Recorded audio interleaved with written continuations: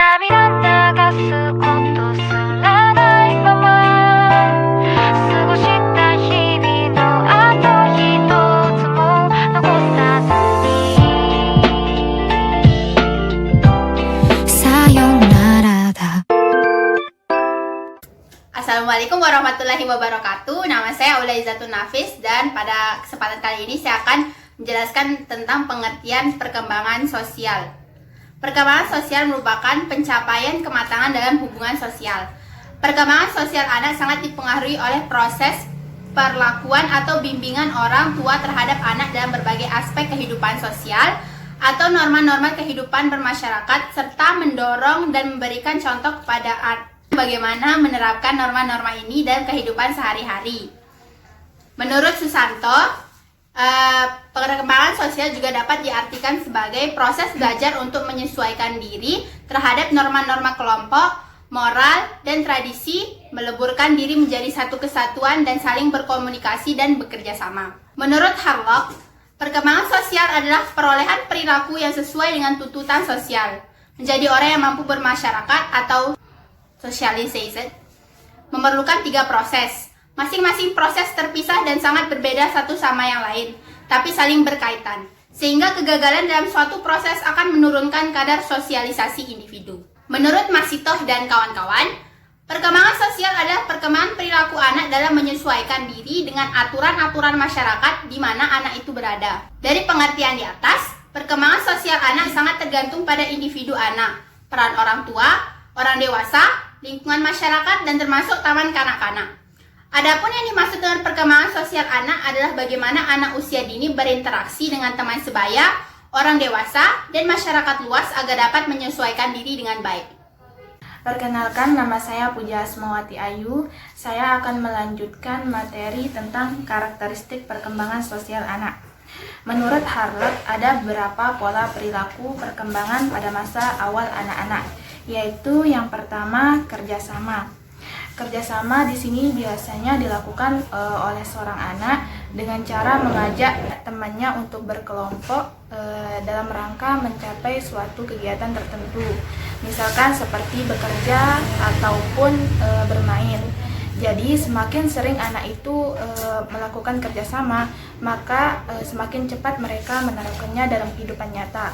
Yang kedua yaitu persaingan. Persaingan di sini bisa mengakibatkan perilaku baik dan juga bisa mengakibatkan perilaku buruk. Jika persaingan didorong seorang anak untuk berusaha sebaik-baiknya, maka persaingan akan menambah sosialisasi anak. Dan jika persaingan dilakukan oleh seorang anak dalam rangka pertengkaran atau kesombongan, maka persaingan itu akan mengakibatkan sosialisasi yang buruk. Yang ketiga yaitu kemurahan hati. Kemurahan hati merupakan perilaku kesediaan untuk berbagi dengan yang lain, sehingga akan meningkatkan penerimaan sosial. Dan sikap mementingkan diri dari seorang anak itu akan berkurang setelah anak itu belajar bahwa kemurahan hati itu dapat menghasilkan penerimaan sosial. Yang keempat yaitu hasrat akan penerimaan sosial. Jika seorang anak itu memiliki hasrat yang kuat akan penerimaan sosial, maka hal itu akan mendorong anak untuk menyesuaikan diri dengan tuntutan sosial. Biasanya hasrat diterima orang dewasa itu lebih awal daripada hasrat diterima teman sebaya. Yang kelima yaitu simpati. Seorang anak belum mampu melakukan simpati sehingga mereka mengalami situasi yang mirip dengan duka cita. Jadi mereka mengekspresikan simpati ini dengan cara berusaha menolong dan menghibur orang yang sedang sedih. Yang keenam yaitu empati. Empati merupakan kemampuan untuk meletakkan diri sendiri dalam posisi orang lain, serta menghayati pengalaman orang tersebut. Jadi sikap ini akan berkembang jika seorang anak itu bisa memahami ekspresi wajah atau maksud pembicaraan dari orang. Yang ketujuh yaitu ketergantungan.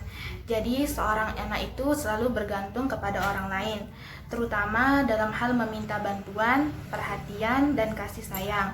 Hal ini akan mendorong seorang anak itu berperilaku agar diterima secara sosial. Yang kedelapan yaitu sikap ramah. Seorang anak dapat memperlihatkan sikap ramah itu dengan melakukan sesuatu dengan orang lain. Contohnya seperti membantu teman ataupun menunjukkan kasih sayang. Yang kesembilan yaitu meniru. Seorang anak biasanya melakukan peniruan terhadap orang-orang yang diterima baik oleh lingkungannya. Dengan demikian, anak akan mendapatkan respon penerimaan kelompok terhadap diri mereka. Yang ke-10 yaitu perilaku kelekatan. Jadi berdasarkan pengalaman seorang anak itu ketika masih bayi, tatkala anak itu merasakan kelekatan dan kehangatan dan penuh cinta dan kasih bersama seorang ibunya. Jadi anak itu akan mengembangkan sikap ini untuk membina persahabatan dengan orang lain. Selanjutnya yaitu tahapan penerimaan kelompok teman sebaya. Menurut Elizabeth B. Harlock, ada beberapa tahapan penerimaan kelompok teman sebaya. Yang pertama yaitu reward costing. Tahapan ini terjadi pada seorang anak ketika mereka itu berumur 7 sampai dengan 8 tahun. Pada tahapan ini ditandai adanya harapan yang sama, aktivitas yang sama, dan kedekatan. Maksudnya di sini seorang anak itu melakukan pendekatan terhadap temannya dengan cara menawarkan bantuan, melakukan kegiatan bersama-sama, dan menawarkan ide dan lain sebagainya. Yang kedua yaitu normative stage. Tahapan ini terjadi pada seorang anak ketika mereka itu berumur 10 sampai dengan 11 tahun. Pada tahapan ini ditandai oleh dimiliki nilai yang sama, sikap terhadap aturan, dan sanksi yang diberikan biasanya terjadi pada anak kelas 4 dan 5. Di tahap ini seorang anak itu mengharapkan seorang sahabat yang bisa menerima dan mengagumi dirinya, setia dan memberikan komitmen dengan persahabatan, serta mengekspresikan nilai dan sikap yang sama terhadap aturan.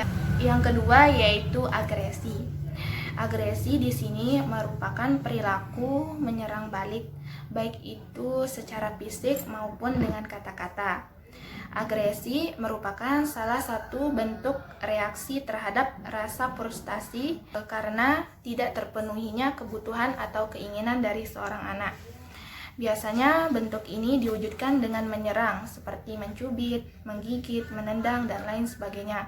Jadi sebaiknya orang tua itu berusaha mereduksi atau mengurangi sikap agresivitas dari seorang anak dengan cara mengalihkan perhatian atau keinginan anak. Jika orang tua menghukum anak yang bersifat agresif ini, maka sikap agresif dari seorang anak itu akan semakin meningkat. Yang ketiga yaitu berselisih atau bertengkar. Sikap ini terjadi kepada seorang anak jika seorang anak itu merasa tersinggung atau terganggu oleh sikap atau perilaku orang lain. Yang keempat yaitu menggoda. Menggoda merupakan bentuk lain dari sikap agresif. Menggoda merupakan serangan mental terhadap orang lain dalam bentuk kata-kata yang bisa menimbulkan marah pada orang yang digodanya. Yang kelima yaitu persaingan. Persaingan yaitu keinginan untuk melebihi orang lain dan selalu didorong oleh orang lain.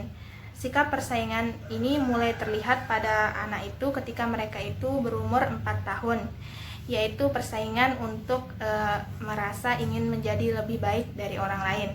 Dan pada usia 6 tahun, semangat persaingan ini berkembang dengan baik. Yang keenam yaitu kerjasama. Kerjasama merupakan sikap mau bekerja sama dengan orang lain, yaitu sikap seorang anak berusia 2 atau 3 tahun belum berkembang sikap kerjasamanya. Mereka masih kuat sikap egoisnya. Mulai usia 3 tahun atau 4 tahun, anak itu sudah mulai menampakkan sikap kerjasamanya. Dan pada usia 6 atau 7 tahun, sikap kerjasama ini berkembang dengan baik. Yang ketujuh yaitu tingkah laku berkuasa. Merupakan tingkah laku untuk menguasai situasi sosial, mendominasi atau bersikap bosines. Saya Sri Wahyuningsi akan melanjutkan materi tentang faktor-faktor yang mempengaruhi perkembangan peserta didik. Di sini ada 5 faktor. Nah, pertama tuh faktor keluarga.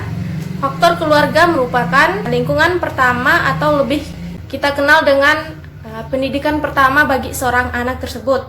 Dari keluarga pula banyak hal yang dapat mempengaruhi perkembangan peserta didik, baik dalam segi perilaku, fisik, mental, bahkan wawasan tentang adat istiadat atau tradisi di masyarakat. Keluarga memiliki andil yang cukup besar untuk mempengaruhi peserta didik supaya menjadi lebih baik lagi dalam hal mempelajari pelajaran di sekolah maupun perkembangan sosialnya.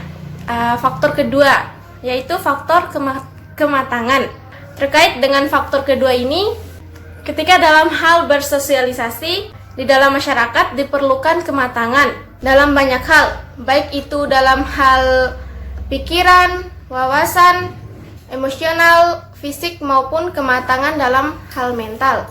Hal ini sangat penting dikarenakan nantinya akan terjadi komunikasi yang dimana akan membutuhkan kematangan yang sempurna. Dan untuk mengasah kematangan dalam berbagai hal, kembali ke faktor keluarga, yang dimana faktor keluarga ini biasanya mampu kematangan tersebut menjadi lebih baik lagi. Faktor yang ketiga yaitu faktor status sosial ekonomi. Dari zaman dulu sampai sekarang, rasanya masalah ekonomi dalam berbagai hal itu sangat mempengaruhi faktor dari seorang peserta didik. Contohnya saja nih, peserta didik yang memiliki status sosial yang baik, dia akan lebih mudah mendapatkan jalan untuk meningkatkan perkembangan. Namun berbanding terbalik dengan peserta didik yang memiliki faktor ekonomi yang rendah, mereka akan cenderung lebih sulit untuk mengembangkan aspek-aspek yang ada dalam dirinya. Faktor yang keempat, faktor pendidikan. Pendidikan ini biasanya akan lebih efektif untuk mengembangkan aspek-aspek peserta didik, karena dengan pendidikan di situ kita akan banyak belajar tentang norma, etika, emosional, kematangan, berpikir, dan bahkan banyak hal yang akan kita hadapi nanti di luar apa yang kita bayangkan sebelumnya. Faktor terakhir ada faktor kapasitas mental, emosional, dan inteligensi. Kemampuan berpikir banyak mempengaruhi segala hal, seperti kemampuan belajar, memecahkan masalah, dan berbahasa. Anak yang berkemampuan intelektual tinggi akan berkemampuan bahasa secara baik, sikap, saling pengertian, dan kemampuan memahami orang lain merupakan modal utama dalam kehidupan sosial, dan hal ini akan dengan mudah dicapai oleh remaja ataupun peserta didik yang berkemampuan intelektual tinggi. Saya atas nama Auladia Parhiatunur, saya akan melanjutkan penjelasan mengenai upaya-upaya guru dan orang tua mengembangkan perkembangan sosial anak sekolah dasar. Perkembangan sosial digambarkan sebagai kesempatan individu untuk mengembangkan kemampuannya, interaksi dan hidup berdampingan dengan sesama dalam rentang waktu yang panjang. Sosialisasi merupakan bentuk pembelajaran, sikap dan tingkah laku, serta perilaku yang sama dengan tuntutan sosial untuk dapat menyesuaikan dengan kehidupan sosialnya. Proses sosialisasi dilakukan dengan pembentukan perilaku dengan memainkan peran sosial yang dapat diterima masyarakat, serta mengembangkan sikap sosial sehingga dapat menyelesaikan diri untuk diterima di masyarakat. Peran orang tua dalam perkembangan sosial anak sangatlah penting. Pertama kali lahir, yang bisa mereka ajak berinteraksi adalah lingkungan keluarga. Orang tua memiliki peran masing-masing terhadap perkembangan sosial anaknya. Perkembangan sosial anak yang diasuh oleh seorang pengasuh tidak akan sama dengan anak yang diasuh oleh ibu kandungnya sendiri. Mengapa begitu? Karena seorang pengasuh tidak akan menyediakan jenis stimulasi yang sama dan kesempatan untuk perkembangan positif, seperti yang dilakukan oleh ibu kandung. Apabila perkembangan sosial anak dalam keluarga sudah terbentuk dengan baik, maka saat berada dalam masyarakat, anak tersebut akan mudah bergaul dan beradaptasi dengan lingkungannya. Peran guru dalam pengembangan program untuk meningkatkan sosialisasi dan emosi anak dalam mengembangkan program anak untuk optimalisasi keterampilan sosialisasi dan emosi anak perlu melakukan beberapa hal sebagai berikut. Yang pertama, memberikan pilihan kepada anak. Yang kedua, memberikan kesempatan pada anak untuk mengekspresikan kreativitasnya. Yang ketiga, memberikan kesempatan pada anak untuk eksplorasi lingkungannya. Yang keempat, mendorong anak untuk bekerja secara mandiri. Yang kelima, menghargai ide atau gagasan anak. Dan yang terakhir, membimbing anak untuk melakukan pemecahan masalah. Selanjutnya akan disampaikan oleh pemateri selanjutnya. Baik, nama saya Ainur Saskia. Di sini saya akan menjelaskan masalah manfaat perkembangan sosial anak usia sekolah dasar bagi guru maupun bagi calon guru. Seorang guru atau seorang calon guru harus mengetahui perkembangan sosial anak. Mengapa demikian? Karena hal tersebut sangat berpengaruh terhadap tingkah laku serta perkembangan anak. Untuk itu, seorang guru harus mengetahui manfaat dari prinsip psikologi perkembangan, di mana dalam hal tersebut akan menjelaskan masalah perkembangan sosial anak usia sekolah dasar. Ketika guru mampu mengetahui hal tersebut, otomatis guru akan mampu mengatasi setiap permasalahan dalam proses pembelajarannya di sekolah. Ada beberapa manfaat yang dapat oleh seorang guru maupun calon guru ketika mampu mengetahui manfaat dari perkembangan sosial anak usia sekolah dasar. Yang pertama, yaitu guru atau calon guru dapat menghadapi peserta didik dengan tepat sesuai dengan sifat dan ciri khas setiap peserta didik. Sebagai contoh, anak yang berumur 6-12 tahun yang dimana perkembangan normalnya masih menunjukkan tingkah laku produktif tinggi. Pada periode ini, anak ingin berbuat sesuatu yang mana menunjukkan hasil, memiliki ide yang banyak yang ingin ditampilkannya pada setiap orang. Manfaat yang kedua yaitu guru atau calon guru dapat memilih dan menentukan tujuan materi dan sistem belajar yang sesuai dengan tingkat kemampuan intelektual peserta didik. Manfaat yang ketiga ialah guru atau calon guru dapat menghadapi anak dengan benar dalam bentuk tingkah laku yang benar pula. Manfaat yang keempat ialah guru atau calon guru dapat terhindar dari pemahaman yang salah tentang anak, khususnya mengenai keragaman proses perkembangan anak. Sekian penjelasan dari saya.